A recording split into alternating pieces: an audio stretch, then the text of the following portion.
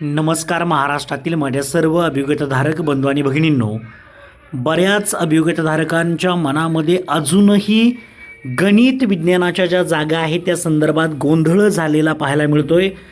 हाच व्हिडिओ मी याच पेजला मी काही दिवसांपूर्वी शेअर केलं होतं।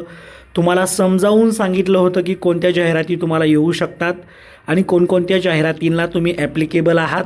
पुन्हा एकदा तुम्हाला मी आठवण करून देतोय। आज एका भगिनीने मला मेसेज केला होता, माझं फिजिक्स आहे, केमिस्ट्री आहे किंवा माझं केमिस्ट्री होतं, झूलॉजी होतं आणि बॉटनी विषय होते, तरी मला मॅथ्स सायन्सच्या एकत्रित जागा आलेल्या आहेत।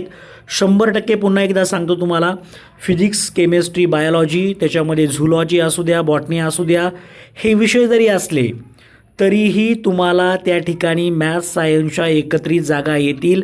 त्यांना तुम्ही प्रेफरन्स देऊ शकता। त्या बंधू भगिनींचा प्रश्न असा होता की आम्हाला त्या जागा आलेल्या आहेत, आम्ही त्याला प्रेफरन्स देऊ शकतो का? 100% देऊ शकता।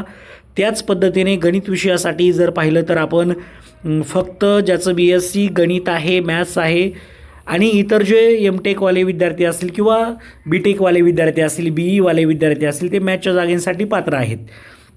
दुसरा महत्त्वाचा मॅथ्स सायन्सच्या जागा, तर मॅथ्स सायन्सच्या मिक्समधल्या जागा देखील या मॅथ विषय असणाऱ्या विद्यार्थ्यांना त्या ठिकाणी येतील। दुसरी महत्त्वाची गोष्ट, यांना मॅथ्स सायन्सच्या दोन्ही जागा येतील आणि सायन्सच्या जागा फिजिक्स, केमिस्ट्री, बायोलॉजी, झूलॉजी यांना सेपरेट सायन्सच्या जागा येतील। म्हणजे एक लक्षात आलं आहे तुमच्या की PCB कॅन्डिडेट असतात। एकाने प्रश्न असा विचारला होता की असा ग्रुप असतो का? तर 100% असतो। फिजिक्स, केमिस्ट्री, बायोलॉजीचा ग्रुप सर आमच्या शाळेमध्ये नव्हतं, तुमच्या कॉलेजमध्ये नसेल, कॉलेज तुमचं छोटं कदाचित असू शकतं। मी माझा स्वतःचा फिजिक्स होता, केमिस्ट्री होता आणि झूलॉजी हा विषय माझा स्वतःचा होता BScला। त्यामुळं काळजी करण्यासारखं काही नाही आहे, 100% तुम्हाला ते फायद्याचंच आहे। सर्वांचं काम या भरतीमधून व्हावं यासाठी शुभेच्छा। Thank you so much, all the best.